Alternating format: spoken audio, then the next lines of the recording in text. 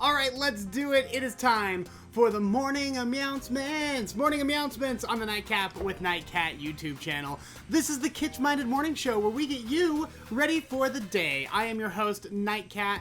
Thank you so much for being here.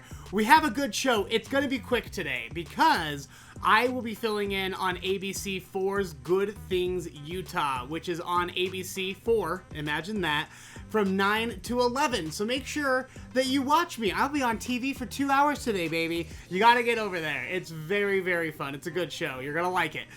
So I'm only doing a few news stories, and we're going to cut Prize Pond because I have to be able to get out of here and get dressed and everything. But doesn't mean we're not going to have a great show anyway. Let's get started, though, with our caterpillars. So here's the thing. Let me just move this fish camera. By the way, did you notice Cosmo over here? Cosmo, this is not about the caterpillars, but this is about the big goldfish named Cosmo. He sits in front of that filter all day long, and he swims like a salmon. He swims like he's trying to salmon back home, and he just can't get enough of it. All day long, he swims against that filter. I think he's trying to filter feed, where it's just like sometimes a piece of food that he didn't eat gets spit out, and then he pulls up quick, and he eats it all. So he cracks me up. It's so funny. All day long, that's all he does. He loves it. Last night on Nightcap with Nightcat, as I was recording, I noticed that some of our caterpillars were hanging out up at the top, and I thought for sure we were going to have cocoons this morning, but it turns out we don't. Though that guy, not the one at the very front, but the one right behind him kind of hanging onto his tail, he has been on the top of the cup hanging down like that all day. So I'm pretty sure he will be a cocoon. I still think we're going to have cocoons by the end of the week, but who knows, you know? They could be very surprising. Maybe they don't want to be born. Maybe they're like, ugh, no, I don't want to be a butterfly. Let's see. I'm going to set that back up for the fish camera. So, if you were here to see cocoons, I'm very sorry. I thought for sure we were going to get them because they were all hanging out on the lid last night. They were spinning all these little webs. I thought we had it. But they're just teasing us. They're so close. I know we're going to get cocoons tomorrow. I know it. So stick around. You're not going to want to miss it. I love the little caterpillars. They're so cute. The other cup, by the way, is finally starting to catch up. So we'll have butterflies from them as well pretty quick. Real quick, let me check in with the chat. Good morning, Cass Cat. Good morning, Marissa, Lindy, Sadie, Nathan, Shelby, Darkbird, Zizor. You're all wonderful. Thank you so much for being here. I'm so excited. All right, I think it's time for us then to get into the Morning Mews. The Morning Mews is the part of the show where I go through some pop culture headlines. I get you all caught up so you have something to talk about when you get to work and school today. And I want to get started with Pete Davidson. Pete Davidson from SNL, former Mr. Ariana Grande. Almost. They were engaged. They never actually got married. Well, he was on Jimmy Fallon, and he was telling the story about one time he and Alec Baldwin were on set together, and he could see Pete's body, and he's got a pretty decent body. And so he looks at him, he goes, dude, what's your secret? What do you do? And Pete Davidson's like, I couldn't just look at this man and be like, I'll tell you what I do. I'm not in my mid-50s. I have metabolism. I don't do anything. He's like, I couldn't tell him that because I didn't want to make him feel bad. So I told him that I do 100 push-ups and 100 sit-ups every day. And so apparently, after that, that's when Alec Baldwin started working at SNL a lot more. And every time he would pass Pete in the hallway, he'd be like, 100 a day, 100 a day. And he ended up losing like 100 pounds because Pete Davidson lied to him, which is fine. I think that's a pretty solid lie. But yeah, Pete Davidson does not do 100 sit-ups and 100 push-ups. That's just a lie that he tells Alec Baldwin, which again is fine because I think all of us should be lying to Alec Baldwin more often. All right, moving on to the Parade of Mummies. Check this out. Too cool, too cool. Those are mummies riding around in those fancy luxury vehicles. There's a new Museum of Egyptian Heritage opening in Cairo, and they really want people to come in. They want to increase the tourism numbers. So what they did is they had this big grand opening where they transported their 22 royal mummies in these beautiful, like, custom limos that are specifically built for mummies. And then they got them all through the streets of Cairo, people could go through and yell and wave as they went from the old museum over to the new one.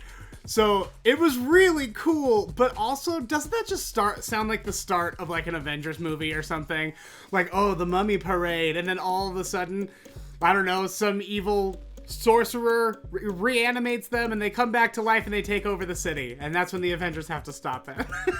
Luckily, everything went very well. The mummies were able to move without any problems, and they're in their new homes, it looks like. I'm not sure if that museum is open yet, but if you're on your way to Cairo, maybe double check, see if it's in there. I don't know who's going to Cairo right now, but if you are, congratulations, there's a new museum.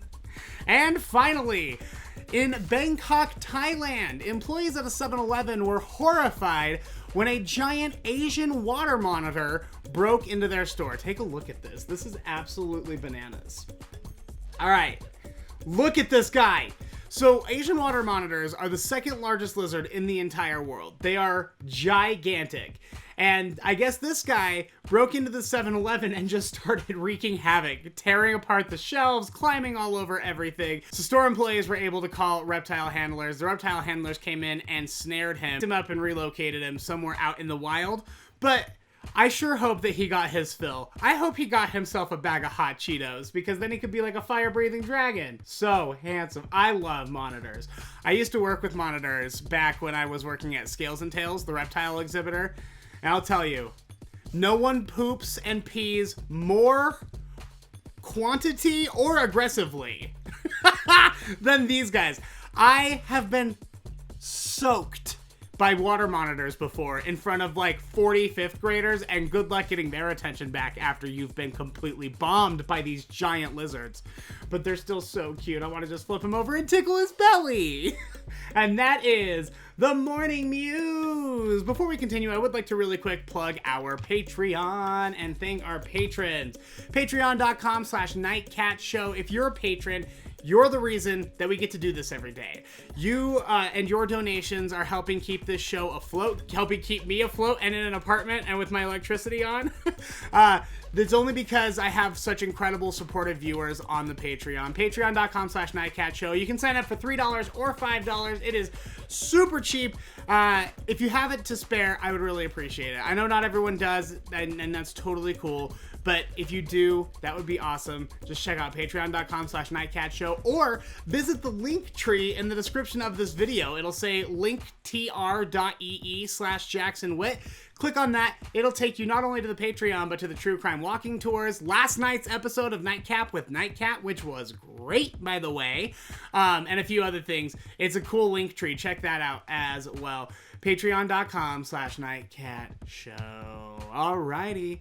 Then I think it's time for us to learn some more fun facts from the book of useless information. This is a different one. I have one called Unusual Knowledge.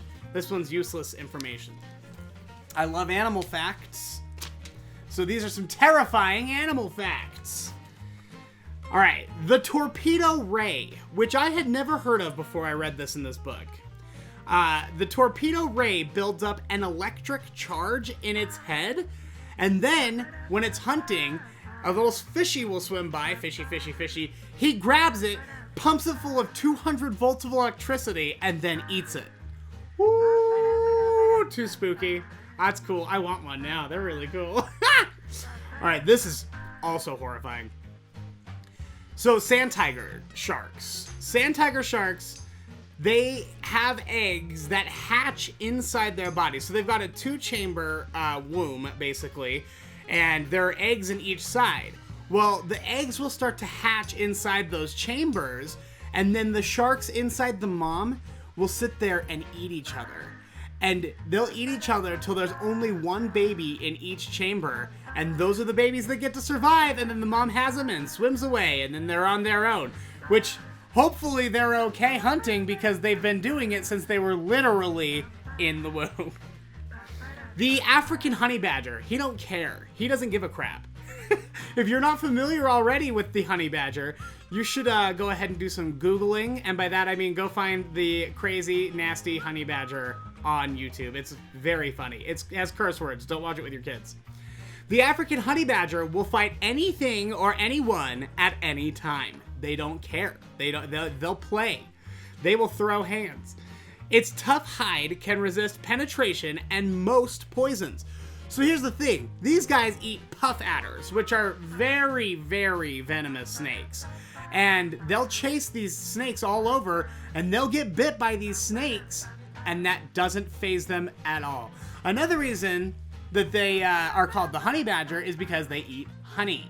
And they'll break into beehives and they'll get stung like thousands of times, but they have that thick skin that protects them, and they can just get stung over and over again, just go about eating honey like it's nothing, like it's just another Tuesday at the office. Those things are not playing around. You don't want to come face to face with one. There's also a great documentary, by the way, that you can definitely find on YouTube about a honey badger in South Africa named Stoffel. He was moved to a wildlife preserve and he kept breaking out of his enclosure. And they would set up video cameras and figure out how he was breaking out. This thing was so smart. And he would like break into their kitchen and steal all their food. Stoffel is like my favorite. He's my spirit animal. I love that guy. And finally, so the skin of some toads contain poisons. We kind of know that, right? Don't lick a toad or eat a toad. It could be poisonous.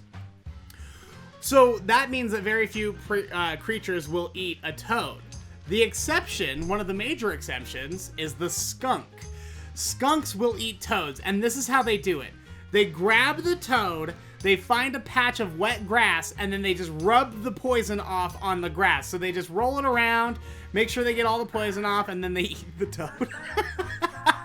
Which I think, as kind of gross as that is, still very, very cute.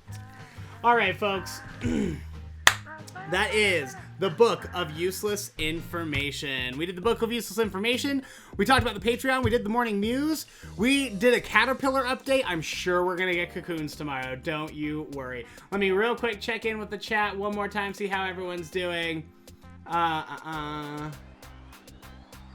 Let's see. I'd grab Brendan Fraser before the Avengers at the Mummy Parade. Yeah, you better believe they had Brendan Fraser on standby. What else are they supposed to do? He's the only one that has any experience in this field. Erica, good morning, dear. Happy Friday Eve to you as well, Erica. All right, let's see. We did everything. I think it's time for some fish because I've got to go get ready for the show. Again, I'm going to be on Good Things Utah, ABC4 from 9 to 11. I have to go get dressed and go to pre-show meetings and everything, so we have to cut our show short, but you can still catch me on ABC4, 9 to 11 Mountain Standard Time. You're not going to want to miss it. It's going to be very, very fun. Don't forget to check out Nightcat Radio, the audio from every Nightcat episode, including Morning Mews and last night's Nightcap with Nightcat. That's all going to be up on Nightcat Radio. So check that out on your favorite podcast directory. I think it's time then to turn it over to the fish. Have a fantastic day. Bye.